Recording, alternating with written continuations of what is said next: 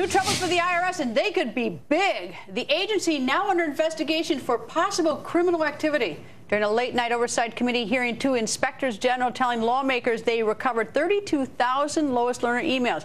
That is after IRS Commissioner John Koskinen repeatedly told Congress those emails could never be recovered. And Oversight Committee Chair Jason Chaffetz joins us. Good evening, Mr. Chairman. Nice to see you. Thanks, Greg. So what's going on?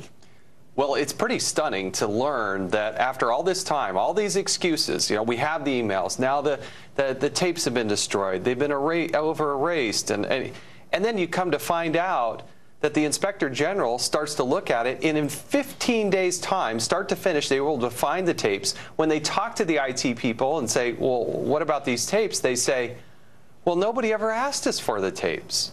We've had subpoenas, we've had letters, we've had confirmation from the IRS commissioner on multiple occasions, and they've been sitting there all along. You say they. I mean, but this really is the commissioner. He has testified, and I assume under oath, or if he's not under oath, at least he knows the responsibility.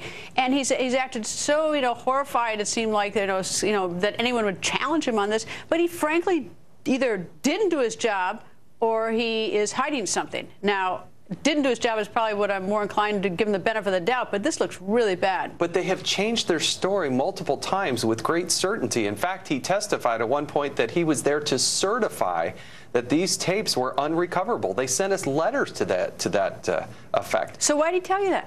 I don't know, and that's why this investigation continues, and I think part of the reason why the Inspector General for the first time said that they are investigating possible criminal intent. And that's by who? By the commissioner? Well, I don't know specifically. They were there to just say that it is something that they're investigating, but these are very serious charges. You cannot come to Congress repeatedly, testify, send letters under oath, and totally mislead and essentially lie to Congress. You just cannot do that. So is Commissioner Koskinen going to be called back to your committee anytime soon? So part of what's going to happen next is the Inspector General has to finish their investigation. Why? Why not just call him? Call him and say, what's the problem? We've had testimony from him on more than a dozen times at this point.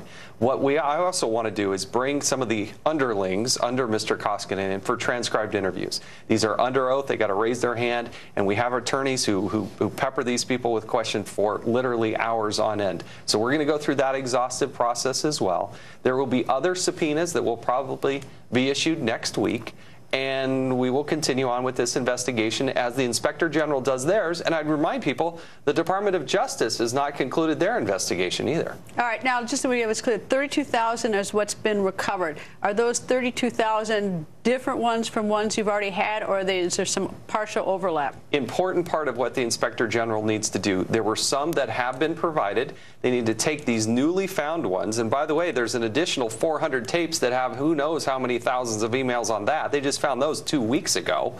They need to take all of those and then match them up and to see what the discrepancy is in terms of what was provided and what is actually new. So we don't know what that net number is, but they're on it. What was your thought when you heard that these 32,000 had been recovered? I just thought, you got to be kidding me. We have been going through this for years, hearing all these excuses, and then the Inspector General said, yeah, we decided to go find him, and it took us 15 days. And when we got there, the IT people said, well, nobody even asked us for him. I guess and I harken back to when President Obama said about 6 weeks after this broke, I think in May of 2013, he said there's not a smidgen of corruption, or he said it at some point, I don't know when he said it, not a smidgen of corruption, and now, 2 years later, these emails are surfacing, and the commissioner, he's got a lot of explaining to do. Yes, he does.